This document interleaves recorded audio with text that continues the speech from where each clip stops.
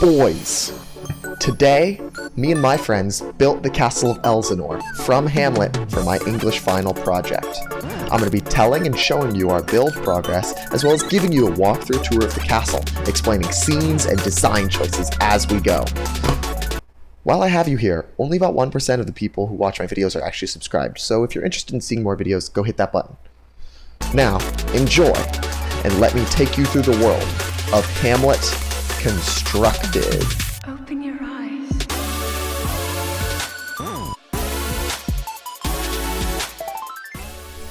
So about a month ago, me and my friends started working on this project that became known as Hamlet Constructed. This is an adaptation of Shakespeare's Hamlet built in Minecraft and designed so that people unfamiliar with Hamlet can experience the world and learn about the story at their own pace. If you didn't know, me and my friends have been playing on a survival multiplayer Minecraft realm for about 2 years now, so we thought it would be cool to add another big build to the world. This is the part where normally I would introduce my friends with some funny clip, like, "These guys are the hardest working guys I know," and then a clip of them just like yelling and messing around. But unfortunately, my audio broke during the recordings. So instead, here's just a compilation of my friend Ethan dying a bunch while we work on the project.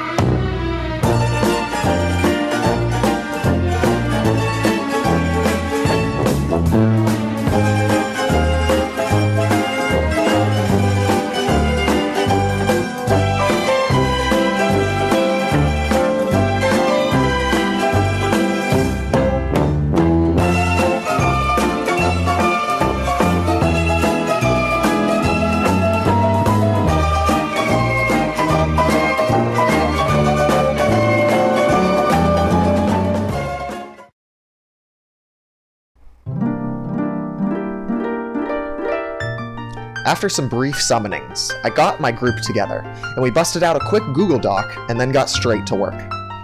After a day or so of collecting materials, choosing a location, and outlining planned rooms, we started building.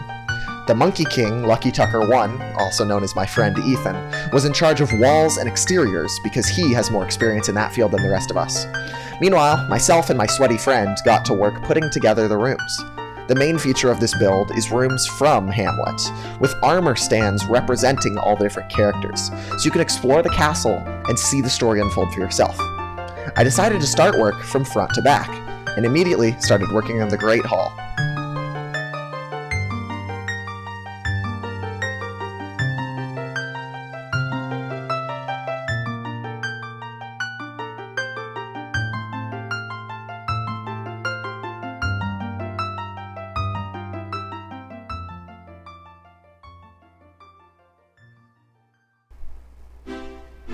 After many discussions on how terribly the outline of the throne room was designed, we'd finished most of the rooms and started adding details and finishes. The outer wall of the castle is designed using mostly stone, cobblestone, and stone bricks. It's designed to look fused with the landscape, as if the castle itself is much older than those that inhabit it. Within the castle, we tried to focus on 3 main colors: white for floors of large, important rooms, brown woods for hallways and other rooms, and maintaining the gray sturdiness in the walls.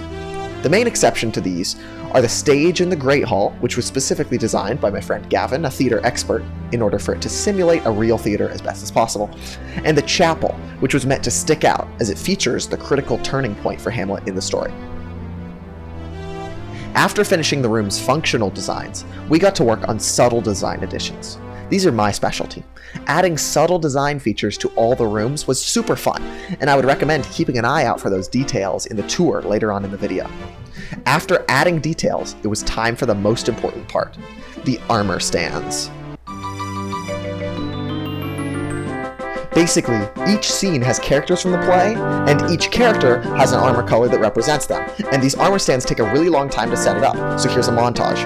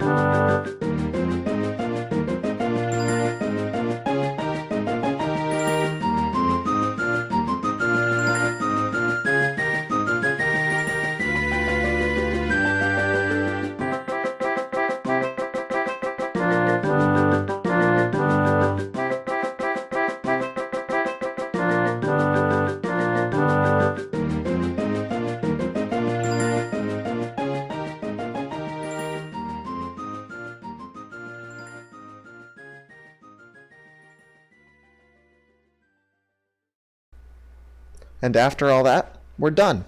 Now, if you'll come with me, I'll take you on a little tour. So before we get into exploring the castle, we of course need to start at base camp. This is the area set up a little ways downstream from the castle that we've been using to store all of our supplies and make all of our plans. So as you approach the castle, you can see those grays that I mentioned on the wall, designed to help it sort of flush into the environment. Over here on the left, before we continue into the castle, you'll see the first of a few scenes that we're going to explore outside. This first one features two of our major characters. The black one is Hamlet, and the purple one I'm sure you can guess. If not, you'll figure it out further along on this tour, along with our little spy over here. Carrying on down this path, you'll notice the graveyard, which up here on the higher point has the royal tombs and an unwanted visitor. Let me just deal with that.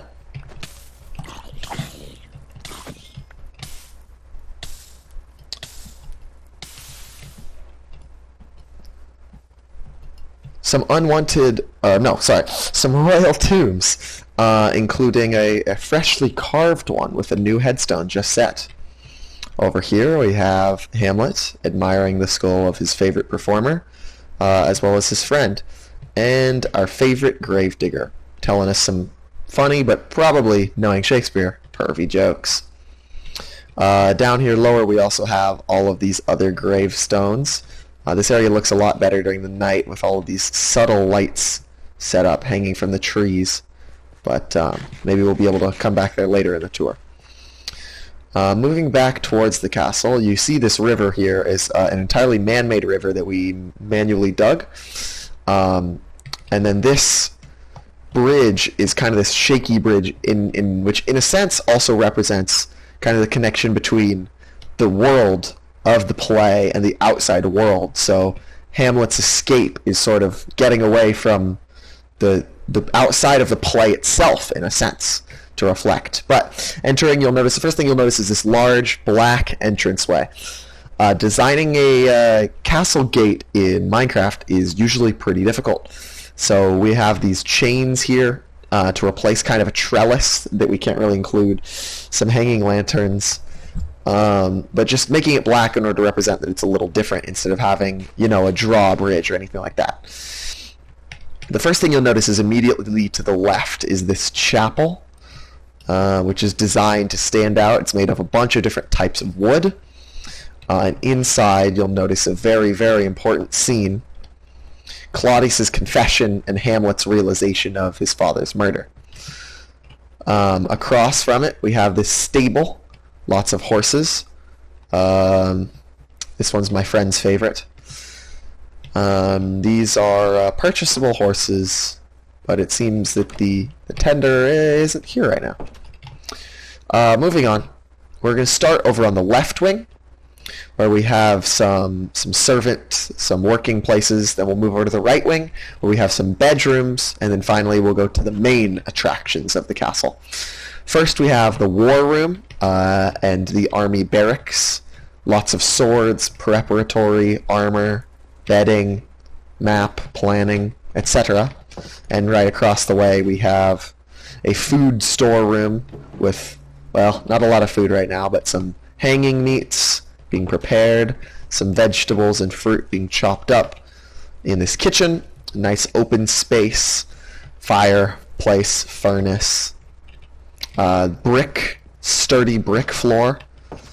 Moving on down to the back here, you'll notice that there's a bit of a storage unit with some books that I'm sure Hamlet enjoyed reading before the downfall that has come to him now.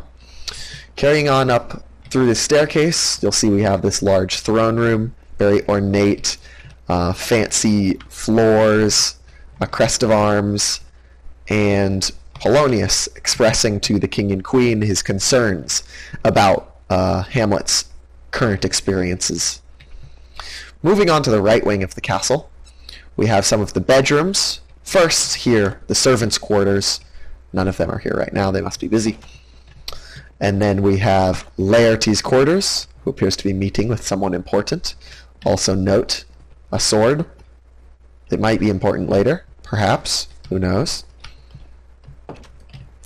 And then first, Polonius's chambers, where he's meeting with his son and daughter about, I'm sure, very important things.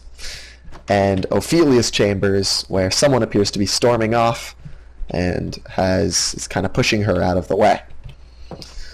Moving on along back outside, I forgot to touch on this. We have this nice outer courtyard, keeps it nice and open, a simple fountain in the middle, some nice hanging lights all around along the walls.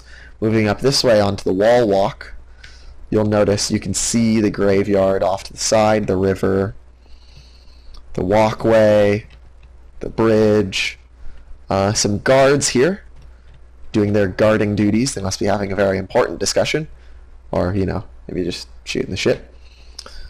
Over here you could start to see the rest of the world, but that's not important. We have this docks down here, and you'll notice Laertes on a boat. Who knows? Is he going or coming? Up to you to decide. Carrying on this way, you'll notice we have these nice red roofs here. These are a design choice of our architect, Ethan. He wanted these steep sloping roofs, which I was not a huge fan of, so I requested that we keep the higher points flat, because I think it makes the castle look more foreboding. But the red is definitely a nice accent, and really adds to Hamlet's undertone tragedy. You'll notice we have these nice accents on the wall, these granite slabs with the lanterns on them, and over here you'll notice, well, that's a shame. Hamlet on the wall, meeting with a nice friend. It's a shame it's not night. That would make this much more sense. But maybe, in your interpretation, Hamlet met the ghost during the day, out on for a nice stroll. So carrying on just behind Hamlet, down the staircase, which connects back around to the throne room, we have the bedrooms. On this right, Hamlet, thinking, deep in thought, or maybe regret, sadness. On the left, Queen Gertrude, sad. Well, this must be why. And the large room, King Claudius's room. He's not here right now. He must be at an important meeting with someone. Carrying on down the steps, we have the main room, which has access to the throne room, but I'm going to go around for the dramatic entrance. We have, up in the front here, as you saw before, the Great Hall. Normally used as a dining room or performance, it's been turned into a state of utter chaos. Death and deception and stabbery and backstabbery on all sides. The Queen, the King, Hamlet, Polonius. No, that's not Polonius. Laertes. A tale of tragedy, unfortunate woe. So yeah, that's the design. We're going to head back out to the front so that you can take a look, do some flybys. I hope you enjoyed. This was really fun to make. I had a lot of fun with my friends. We're closing down this server in about a week, so this was a really nice project to do a nice send-off with. I hope you enjoyed. I should hopefully have a link down below to a super flat world that will have the build in it. I don't know if it will be able to keep the armor stands. Hopefully it does, but I'm not sure. So yeah, that'll be down in the description below. If it's not there immediately, check back in a couple of days. I might need to get it from our server master, as well as if you have any questions or comments that you want to make about this, feel free to leave them down in the description below. I'll try and respond to as many of them as I can. And thanks for watching. Have a good one.